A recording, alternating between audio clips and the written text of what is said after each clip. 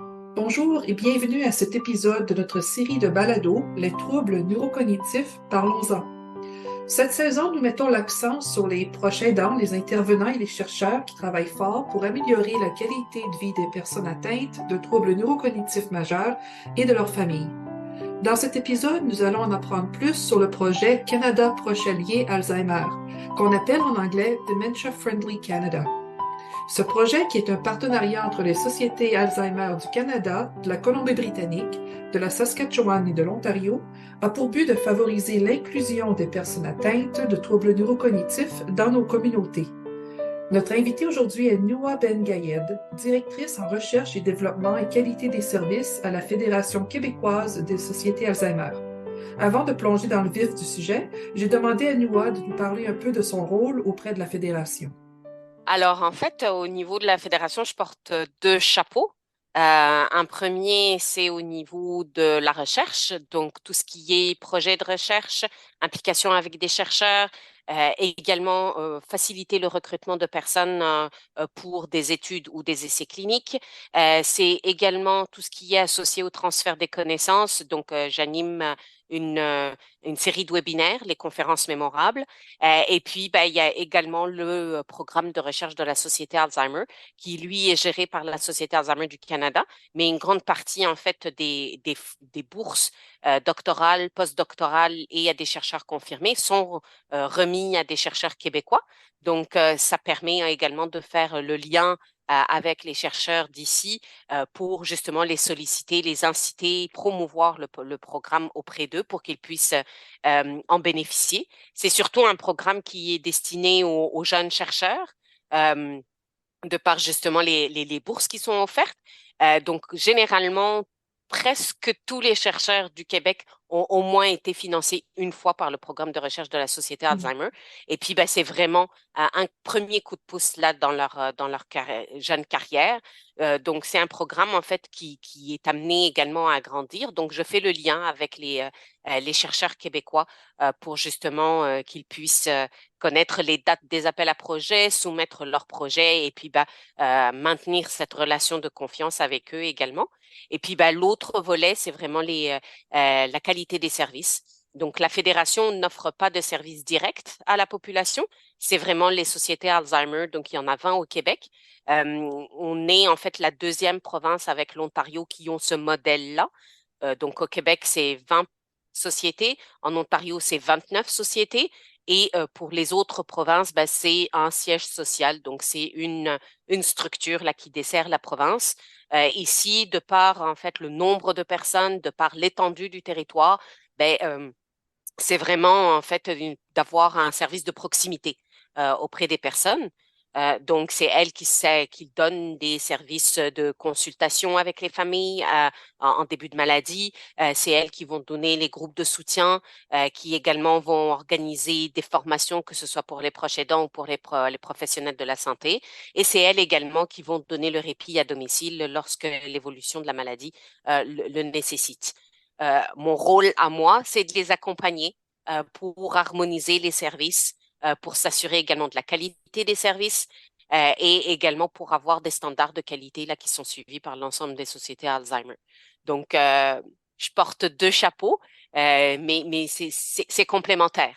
C'est complémentaire vu que les projets de recherche dans lesquels on est impliqué, ben on essaye toujours de s'impliquer dans des projets qui vont avoir un impact sur nos sociétés, qui font du sens pour nous, pour soit soutenir nos équipes, soit apporter des pratiques innovantes, soit également nous permettre d'avoir une évaluation de nos services.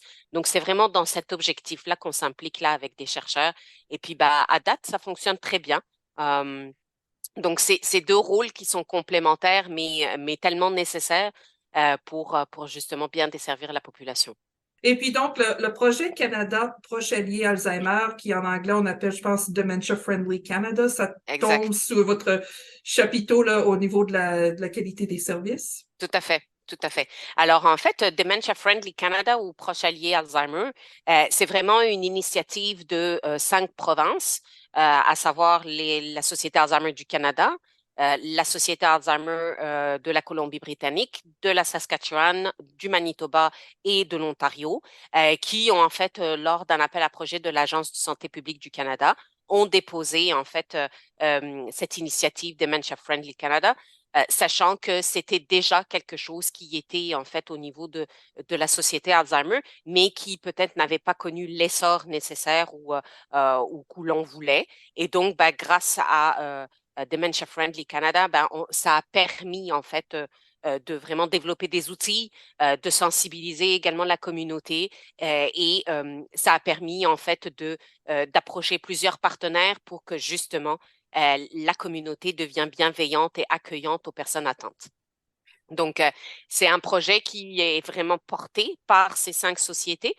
Et puis, ben, tous les outils qui sont développés sont rendus disponibles par la suite à l'ensemble des provinces là, pour justement pouvoir les utiliser dans leur milieu avec leurs partenaires. Et je pense qu'on va en parler davantage là, mais c'est quelque chose qui a essentiellement été porté par la Colombie-Britannique de par déjà leur engagement au niveau régional et ils étaient déjà bien en avance par rapport aux autres provinces et donc ben, on apprend d'eux et c'est une expertise maintenant qui va être transférée à l'ensemble des provinces. Donc, au Québec, là, c'est une nouveauté, là. On est à nos débuts. Tout à fait, tout à fait. On est à nos débuts, là. On regarde ce que l'ensemble des provinces, des 5 provinces ont développé.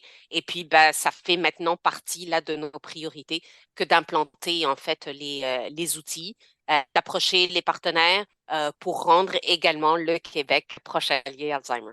D'accord. Et quels sont les grands objectifs de ce projet-là? Alors, en fait, Dementia Friendly Canada vient vraiment d'une volonté des personnes atteintes elles-mêmes. Donc, déjà en 2017, si je ne m'abuse, il y a eu la première charte canadienne des personnes atteintes des troubles neurocognitifs majeurs.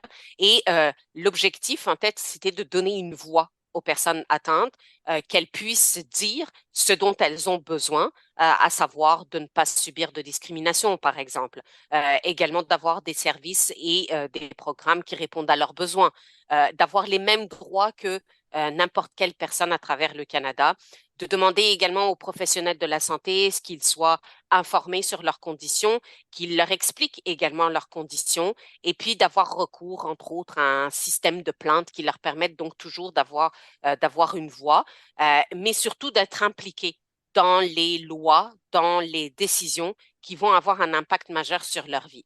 Donc ça a été la première brique, la première édifice finalement à ce projet-là. Et par la suite, il y a eu en fait une initiative en Angleterre qui a attiré l'attention finalement, qui est Dementia Friends, et où là en fait on incitait les personnes à devenir amis de la santé cognitive ou amis des personnes atteintes de maladies d'Alzheimer. Et donc, ça a été amené ici au Canada comme une initiative. Malheureusement, ça n'a pas connu peut-être l'essor nécessaire. Et donc, avec cet appel à projet, il y a eu en fait vraiment Dementia Friendly Canada. Et l'objectif est toujours le même. C'est de donner une place aux personnes atteintes, d'une part.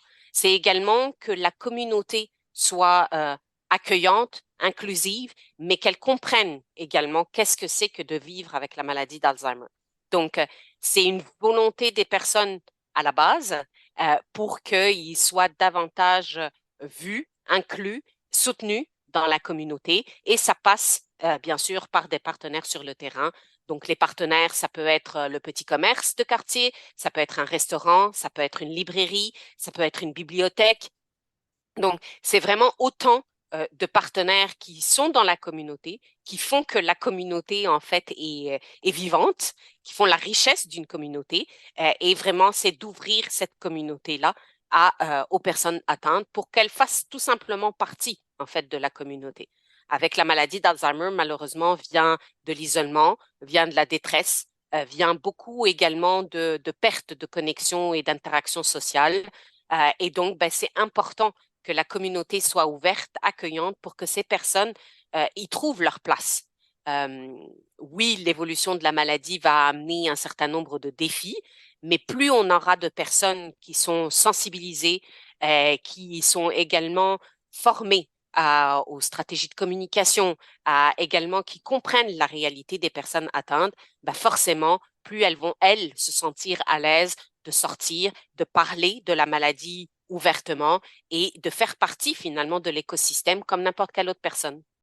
Qu'est-ce que ça veut dire, nous, être un proche allié Alzheimer?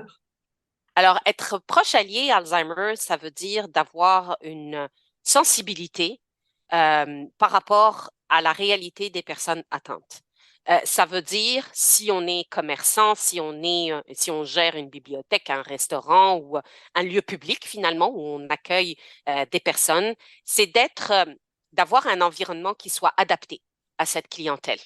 Euh, je ne veux pas nécessairement faire l'analogie avec les personnes qui souffrent d'un handicap, mais c'est de rendre notre milieu accessible.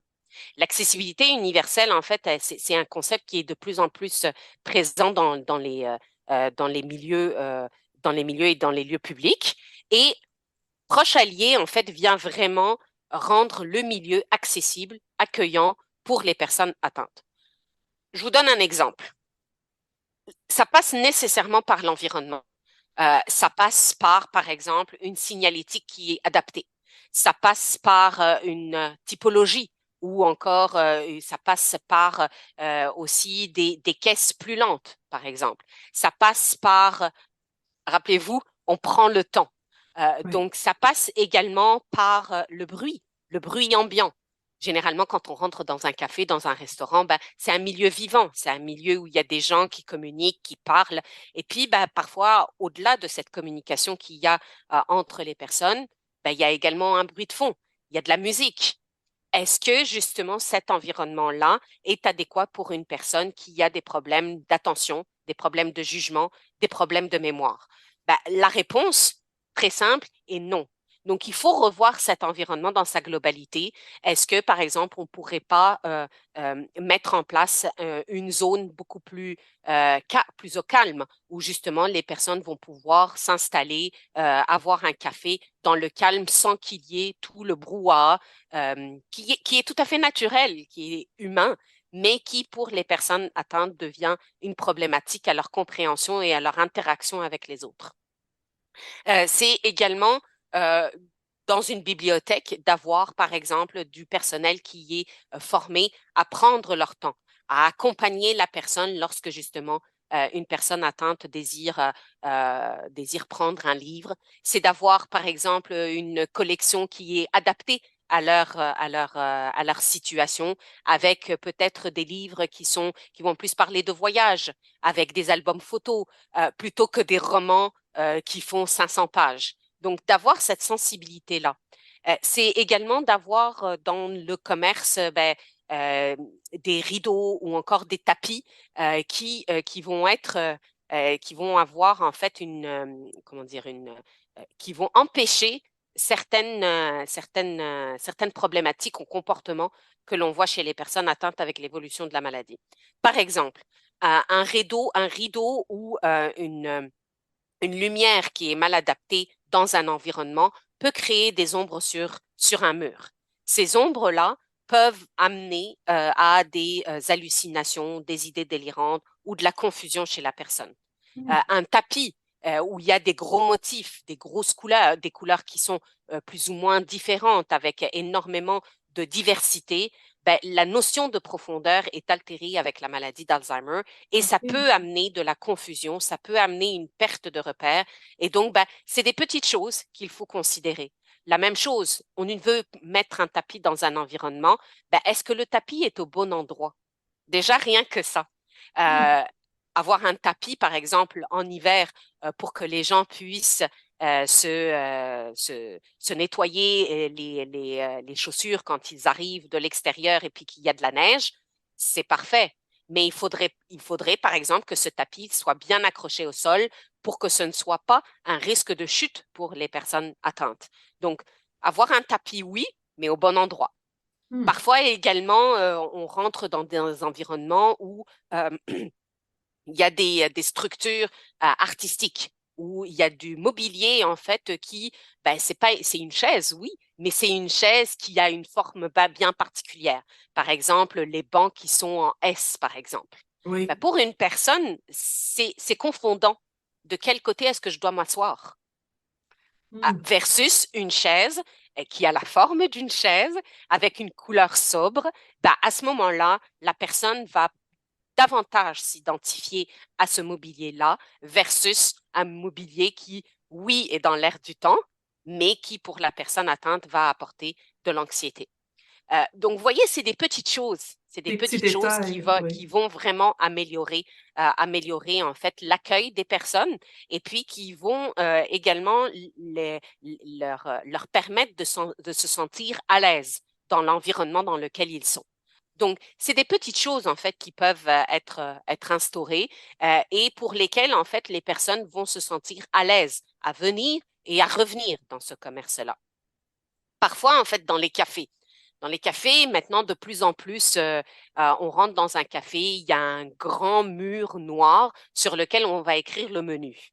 Oui. Et parfois, ben, c'est une liste tellement longue, on ne sait plus quoi choisir. Mais ce qui est important, là, pourquoi je vous donne cet exemple-là, c'est que parfois la typologie n'est pas la bonne. Dans le sens, on va utiliser des lettres arrondies, des lettres graphiques, des lettres qui parfois sont difficiles à lire, Oui. versus une typologie qui est standard, de type Arial, de type Calibri, qui est beaucoup plus arrondie et qui va être beaucoup plus facile à lire et donc bah, forcément à comprendre. De prendre également son temps à la caisse. Une personne qui arrive et qui commence à compter ses pièces ou qui cherche dans son porte-monnaie sa carte de crédit, puis elle se trompe de carte et puis elle sort peut-être la carte de débit ou encore la mauvaise carte, son carte d'autobus, ben, c'est pas grave. On prend tout simplement le temps et on peut carrément également l'aider. Ben, vous savez quoi? Là, on peut lui demander de sortir la monnaie sur le comptoir et puis de compter avec elle. On peut également dire aux autres personnes qui parfois vont s'impatienter. Combien de fois est-ce qu'on était derrière une personne justement âgée? On ne sait pas nécessairement s'il y a des troubles neurocognitifs, mais qui va prendre son temps à compter sa petite monnaie. Puis là, on entend les gens derrière, ouf, ouf, ouf. Oui. Ben, c'est également je veux dire, d'avoir euh, cette, euh, euh, cette sensibilité d'expliquer d'une manière diplomate aux autres personnes que ben, je vais prendre le temps. Si vous souhaitez, il y a une autre caisse à côté. Je vous invite à y aller. Donc, c'est vraiment dans l'approche. Tout est dans l'approche pour que justement les personnes puissent se sentir, encore une fois, accueillies et en même temps de rendre la communauté beaucoup plus bienveillante aux personnes atteintes parce que, je veux dire, elles sont comme nous, surtout au début de la maladie. euh, on a tendance finalement à vouloir les surprotéger en limitant leurs déplacements. Oui, il y a une perte d'intérêt qui vient avec la maladie, mais parfois, ben, on a un petit peu honte des réactions de notre père ou de notre mère quand on va à la Hmm. pharmacie pour chercher des médicaments.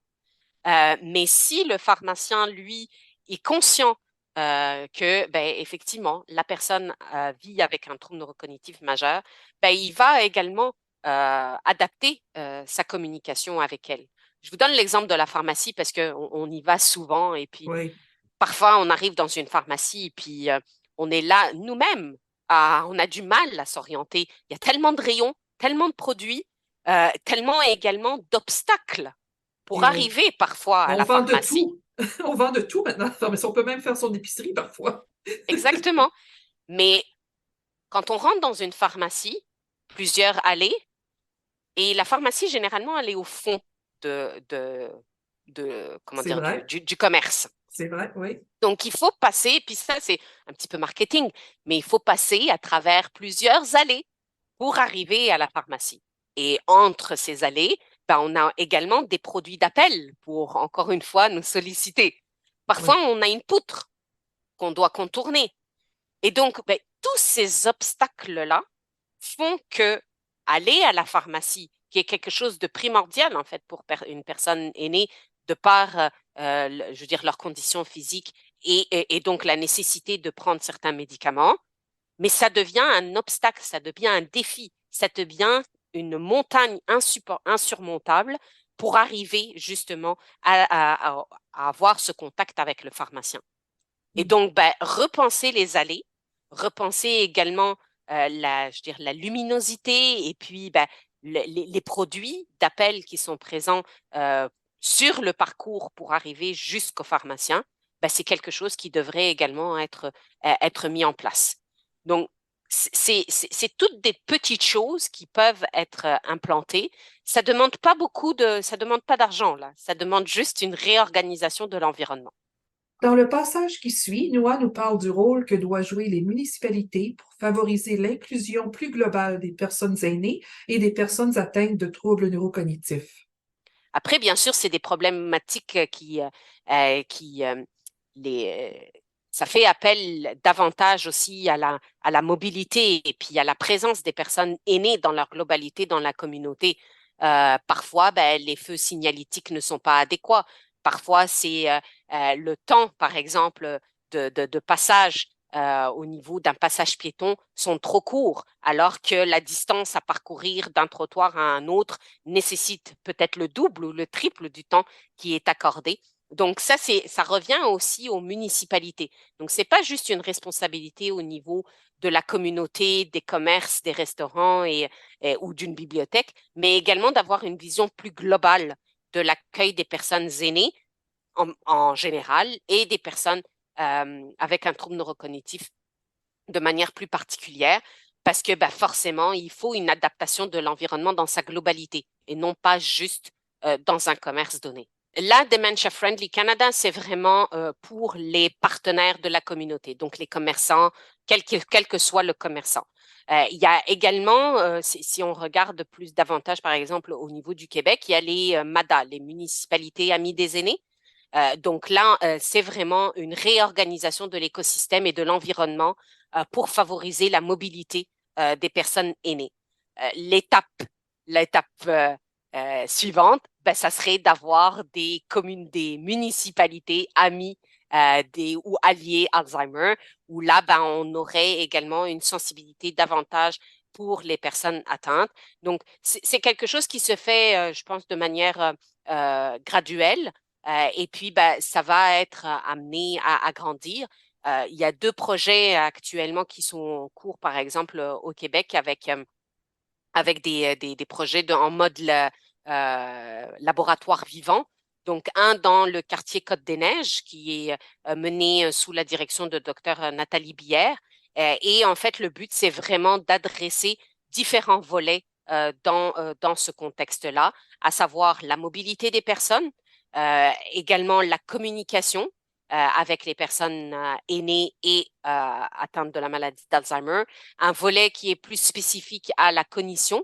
Et donc, vraiment, là, on s'intéresse davantage aux troubles neurocognitifs majeurs. Et puis là, on travaille avec des bibliothèques et une maison de la culture. Et puis, ben, il y a un volet plus transversal dans le laboratoire vivant, où là, on s'intéresse en fait à des évaluations plus macroéconomiques pour savoir effectivement comment on peut étendre le projet.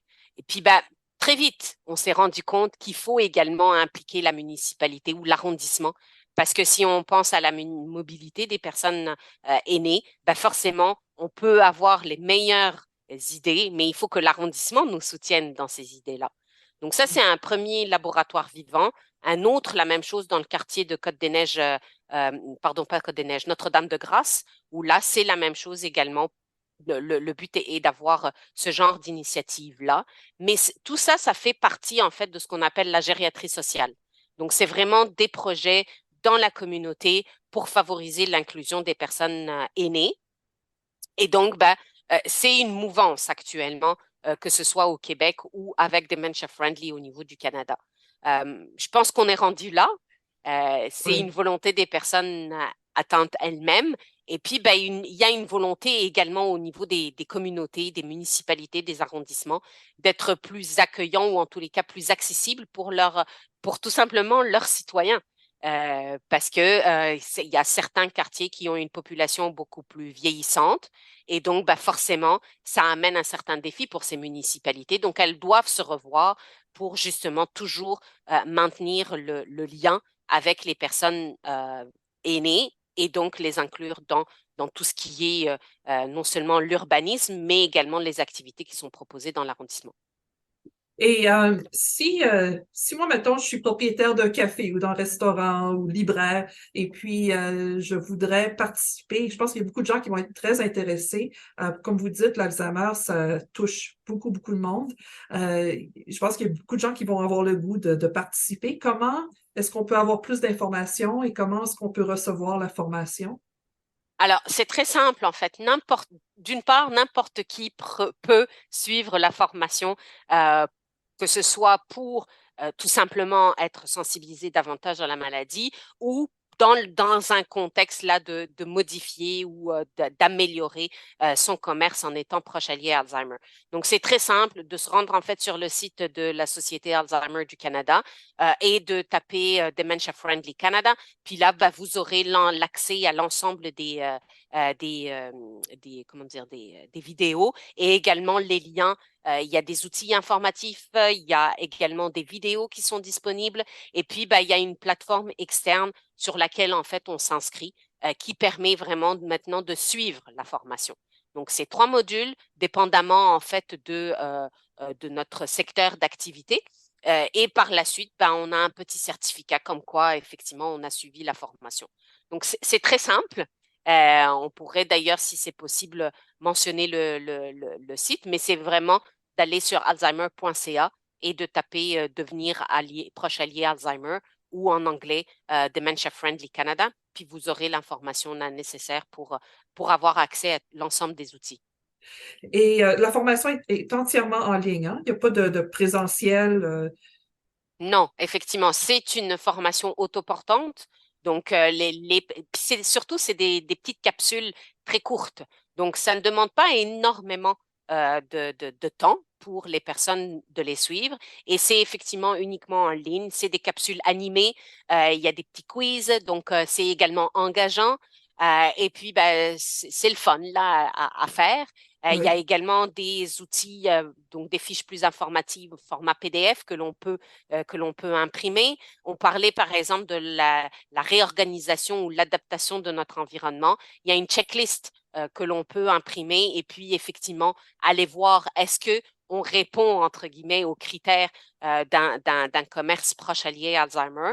Et puis avec notamment une section commentaires que l'on peut rajouter et des recommandations. Ben, vous pourriez par exemple inclure moins de bruit dans votre commerce ou proposer des tables ou des chaises qui sont un peu plus isolées avec une luminosité adaptée ou encore avec moins de bruit. Donc, tout ça, c'est des recommandations également qui sont proposées là lorsqu'on suit la formation. Et encore une fois, c'est court, c'est animé, c'est engageant, donc il n'y a aucune excuse pour ne pas les suivre. Et c'est gratuit? Et c'est gratuit. Ah, bon. Et puis, vous dites qu'à la fin du cours, on peut imprimer un certificat. Est-ce que les commerces peuvent s'afficher, les lieux publics, les commerces, est-ce qu'on peut mettre dans notre vitrine, là, on est dementia friendly, Dementia on est un friendly. proche allié, oui. Tout à fait. Et d'ailleurs, la semaine prochaine, en fait, il y aura la remise des prix. Là, il y a eu un certain nombre de prix qui ont été, ou en tous les cas, un appel à soumettre ou à proposer des projets ou des initiatives qui sont Dementia Friendly Canada. Et donc, bah, le 15 janvier prochain, il y aura justement l'annonce des lauréats. Donc, c'est quelque chose là pour lesquels je veux dire, c'est engageant. C'est engageant et de se dire, ben, je suis impliquée dans cette initiative-là. Ça permet également peut-être d'inciter d'autres personnes aussi à s'impliquer, de voir ben, que notre commerce à côté et dementia friendly, ben, pourquoi pas nous aussi de faire ce changement-là. Donc, il y a eu en fait un appel à nomination là durant les mois d'hiver, d'automne. Et puis ben, là, effectivement, il va y avoir là, l'annonce des lauréats dans différentes catégories. Donc, je pense que c'est également de cette manière-là qu'on va impliquer davantage de personnes, de se dire, ben, vous faites une différence, vous êtes reconnu également pour le travail que vous faites, et puis ben, forcément, il y a un impact par la suite dans votre communauté directement. C'est ce qui conclut cet épisode de notre balado. Nous remercions encore notre invité, Noua Ben Gayed. Si vous souhaitez en apprendre plus sur le projet Canada Proche Allié Alzheimer et peut-être même vous inscrire à la formation en ligne, visitez le site web de la Société Alzheimer du Canada. Vous trouverez tous les détails sous l'onglet Agissez. Vous trouverez aussi sur cette page le lien vers la liste des lauréats des prix Collectivité accueillante pour les personnes vivant avec la maladie d'Alzheimer dont Noua nous parle en fin d'entrevue. Comme toujours, nous remercions notre partenaire institutionnel, le Centre d'éducation et de recherche sur le vieillissement et la santé de l'Université Lakehead à Thunder Bay, Ontario, ainsi que l'Agence de la santé publique du Canada pour leur soutien financier. Cette série de balados est produite par Joanne Chalifour, chargée de projet, Daniel Hubert, ingénieur du son, et votre animatrice Ingrid Gagnon. Pour plus d'informations sur notre série, veuillez consulter notre site web au www.dementiadialogue.ca. Merci d'avoir été des nôtres.